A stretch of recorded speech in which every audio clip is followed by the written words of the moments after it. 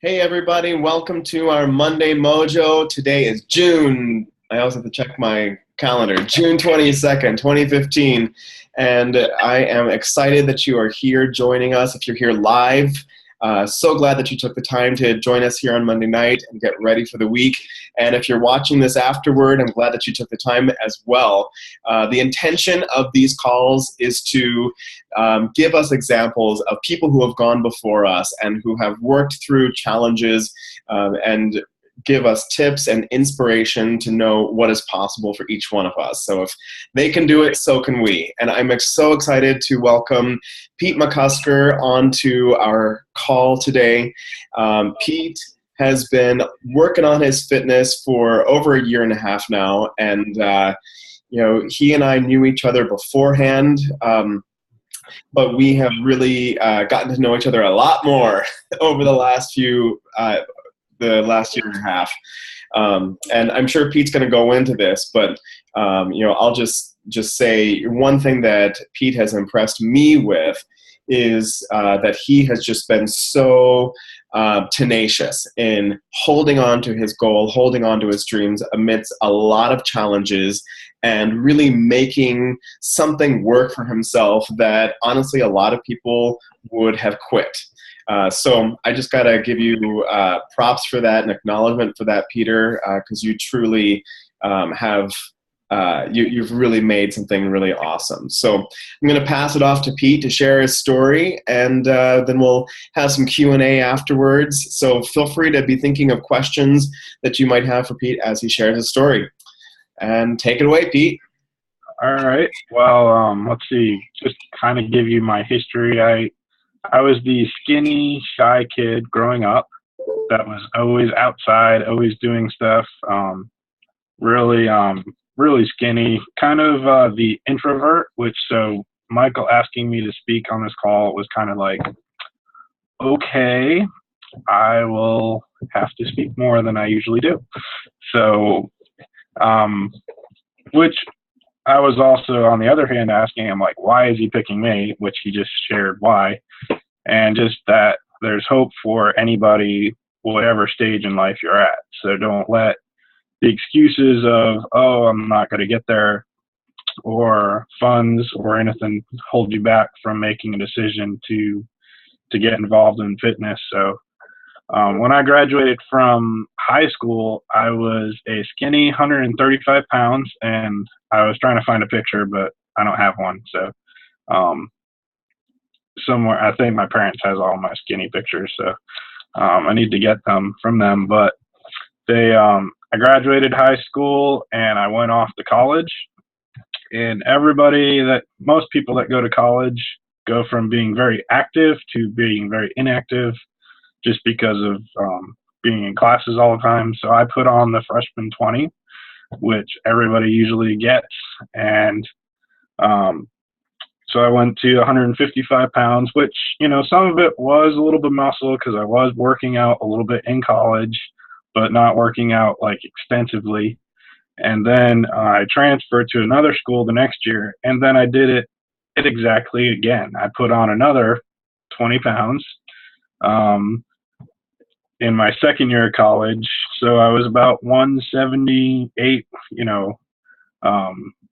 averaging through my college career. And I was like, okay, I can't put on any more weight, I need to lose it. But ended up I graduated college, had some stuff going on in my life that I had to just work different jobs to pay bills off that I had. And obviously, when you have a lot of stress in your life, usually your diet fails. You start eating a lot of fast food. You start, just being like whatever you can grab, you grab. And so, I was working an outside job and maintaining my weight. And then back in 2005, I became supervisor at work. And needless to say, I wasn't doing outside work anymore, working like 12-hour days. Now I was working only an 8-hour shift, sitting behind a desk, and still dealing with all the stresses in my life that were still there, with financial obligations to pay off some school debt to pay off some other debts that I had that came into my life. And so more stress, plus the added stress of now being in charge at work and making sure, I'm kind of a perfectionist in a way, which I'm kind of a recovering perfectionist because I've learned I got to let stuff go. If it doesn't get there, it doesn't get there. Um, in 2013, I was kind of at the heaviest of my life. I was over 230 pounds. I was like, I need to do something different. And, I became friends with Michael on Facebook. I was following him and I was like, well, that would be a good person to look like. He's in shape, knows what he's doing. I'm just going to follow him for a while. So you never know. People follow you and look at what transformations you're doing. And so in December of 2013, I was like, hey, Michael posted about something about a fitness challenge. I was like, okay, I got to do that. And he's like, whoa, this is what it is. I'm like, well, I'm broke. I'm paying debts like crazy. And he's like, okay, can you start with like a $20 program? And I was like, okay, I can do $20. And so I started with a program called Hip Hop Abs. And because I literally had to go from a good program to get you off the couch and actually moving, and you can learn some nice dance moves too. So that was, which are still not available on video, just, but Michael wants them, but he'll have to videotape me at Summit or something. So that's if he goes to the same workout. But so I literally started doing that, started planning my meals out. I created a schedule. Even in the midst of my busy work schedule, I was like, okay, I got to get up at like 6 a.m, do my workout, go to work, and keep on going. And that I was really successful doing that. I was losing weight. Still, work is stressful even now, but I still have to make it a priority to do my workout either in the morning or at night after I get home. And so I've learned to do that. I've learned to I've done different workouts with Combat, and I'm doing 21 Day Fix, and just people are asking me, hey, what are you doing? They're noticing, hey, you're losing weight. And I was like, well, I look in the mirror and sometimes I don't feel like I'm losing weight, but or you step on the scale and you're like, it's still staying the same, but I'm gaining muscle at the same time and losing the fat. And I can definitely tell, clothes are fitting differently. And also I get asked out a lot to restaurants.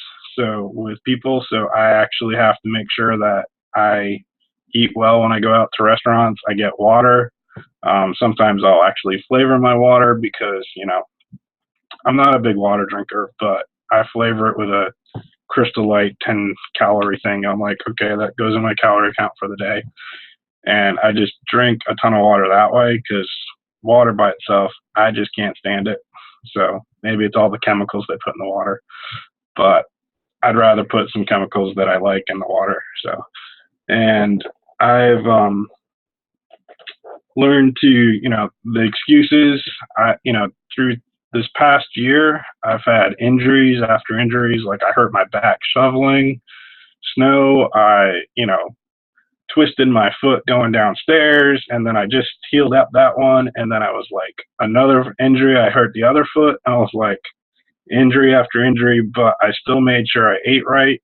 And then when I could actually start working out again, I started doing it. So even if you can't work out, it's important to make sure you keep your diet and everything going well as much as possible. So let's see. I think I covered all the talking points, but I know Michael probably wants to see pictures. So I have pictures, which are part of my last, let's see, screen share. I want to do desktop there. Share screen. All right, let's see. All right, so there's my day one picture, which was back in 2014, January 2014, and then 3 months in, so just a little change. And then I actually took pictures today, which my camera was not wanting to play with focus, but it worked. So there's one picture from today, another, and another. So I think that's my last one there. So quite a bit of difference from the 3-month picture. So which is not too bad. So I'm a work in progress, obviously. So um, stop sharing my screen. There you go. Enough of my pictures. And it's just kind of like you have to just keep on pressing on. Like I have a big, huge goal to lose 70 pounds. I've lost pretty close to like 25 pounds so far that I've been staying consistent at, and it's just slow and steady. So I'm not like the fast person to lose, like drop the 70 pounds right away. And then, I'm creating a lifestyle that I'm going to keep the weight off slow and steady. So, and build that lifestyle. No matter what I'm doing, I'm going to keep the weight off. So let's see. Okay. So there's 3 minutes left. So, I talked my enough. So back to you, Michael. Pete, that is, well, first of all, that's the most I've heard you talk ever. And that was good. That was really good. I'm so incredibly proud of you, and your pictures are amazing. I can see huge difference. Really, really good. And I've got a couple questions. I'll kind of get us started, and if anybody else has questions, feel free to jump in as well. You said that you got started with the hip hop abs, and then you kind of grew from there. Now you're doing some of these other programs. I'm curious to know, there's a lot of people who just quit, and for whatever reason, who get injured, who something happens in the family, or their results aren't coming as fast as they feel like they should be. For whatever reason, a lot of people quit. I'm curious to know, why did you not quit? Why are you still here a year and a half later? Well, I realized that this is something that I just need to do and never give up at it, no matter what obstacles that I might face in life. That I just have to keep on pressing on, whether I don't make my goal or not. It's still, I'm creating a lifestyle that I need to follow. And it's amazing that even when family come into town, they're like, "Is this meal healthy enough for you?" And I was like, "It's fine. I just won't eat what I used to eat portion wise. Like I can eat the meal. I just won't eat, like I'll avoid dessert, like as much as they're having cake and ice cream and all this stuff. And I'm like, most of the time I'm like, sorry, I don't want any, And they're like, why not? I was like, I just don't want any. I'm like, I might have it on a birthday or a special occasion, but if it's every night, I'm not going to have it. So. Yeah, it's awesome. Does anybody else here relate? Yeah, I do. I relate to that. When I first started, I had a lot of family members putting the pressure on me as well. Like, what are you doing with this lifestyle? And what do you mean you're trying to lose weight? And a lot of family, they just don't get it right off the bat. They don't get the importance it is to you. Um, so that was kind of going to be my question for you. How do you deal with the family pressure? It wasn't easy at first. I know I have a lot of family members that I know they're watching my transformation, and they're noticing, oh, he's not eating as much as he used to, or he's skipping dessert. And so I think eventually they're going to come along and get on the bandwagon. And even I know my mom, when she comes and visits, she makes sure she cooks better and has the healthier options, and is really, I know, making an effort to encourage me. One thing I did was I didn't tell my parents I was starting to work out for 3 months. So they didn't know I was actually losing weight until they came down and visited me. like in May or March. It was like a few times, you know, I didn't share anything on Facebook at all about it. I kept a low key because I actually wanted to shock them when they walked in the door the next time to see me. So, and I got the shock. So they were like, whoa, you know, so they're like, when did you start working out? Like, well, you bought my Christmas present. It came when you guys were here in December. So you just didn't look at the package name, but that was it. So I started as soon as you guys pulled out of town. So they're like, wow, that's amazing. So family's been, you know, supportive of the journey. They're probably wondering why I'm not at my goal weight yet, but I'm just taking it one day at a time. So, and one choice at a time. So especially when I want an Oreo shake, you know, from Burger King, I have to resist those. So. But yeah, that's good. Doug, did you have any thoughts or questions, or can you relate to that? Yeah, with the family thing, do I need to change my screen? How do I change it? You're good.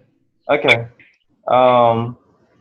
Just the family thing, I can relate to that. I mean, it's almost like you're trying to do something good for yourself. It's like they almost want you to fail. Like, you don't need to do that. You know, don't worry about that. Just stay like it's almost like we're going to stay unhealthy and eat the way we always did. So you do it too. It won't be no issue. So I can relate to family. And that's should be the people that are most on board with you, but sometimes it seems like the ones you have to fight the most. So that's how I can relate to, you know, what he's going through with on that. yeah, something I did is I actually, you know, posted my perfect day. I have it posted in a cabinet in the kitchen. So, and it's the spice cabinet that I know my mom and dad and everybody goes in because that's where all the spices are for cooking. So it's like right there on the cabinet.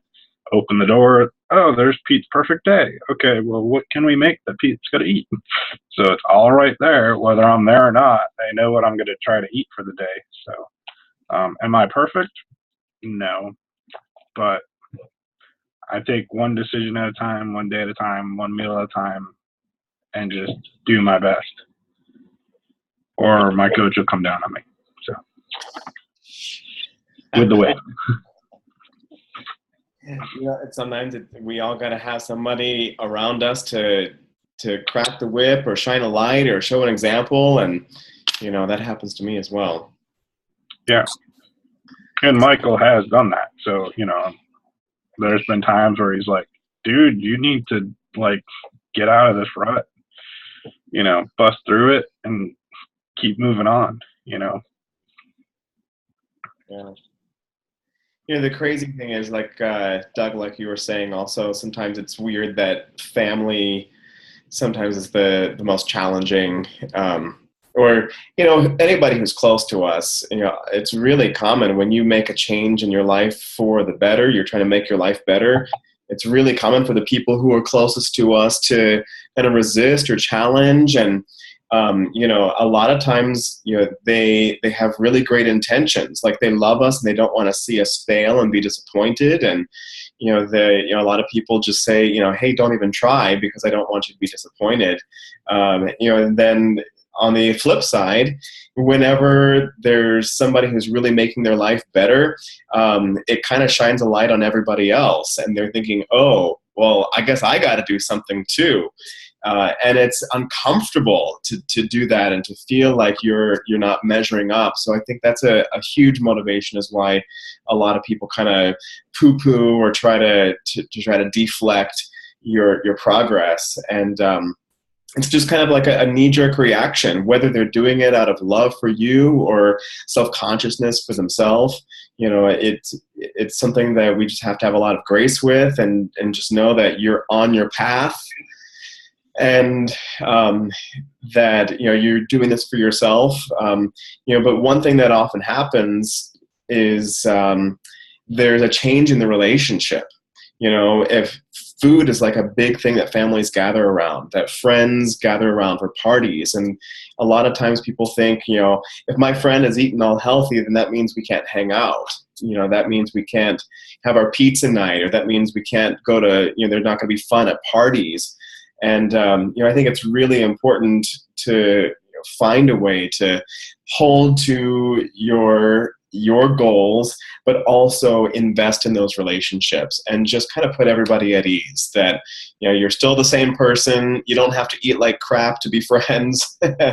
And, and moderation is always a really great idea to keep things sustainable. So, yeah, maybe every once in a while you're going to have a beer, you're going to have a pizza. It doesn't mean that you'll never, ever eat that stuff, with your family and friends. But it's just more about what you're doing every day that makes the difference. It's not that one cheat meal or that one slip up that's going to knock you off your track. And I think Pete's such a great example of that. As he started with this $20 program, and he built from that. And no matter what kind of injuries or setbacks he had, he's still here. And I think I could just sum it up like the only way to fail is to quit. And you have just been a huge success. So, Pete, I want to thank you for sharing your story. I'm like fighting back tears, but I'm moody like that. Yeah. I'm just really proud of you. So thank you so much for being generous and sharing. Thanks for asking me. Thanks, Peter. Okay, I used up my words for the day. Oh, no. You're still going to talk, man. You're talking the next one. All right. Have a great night, everybody.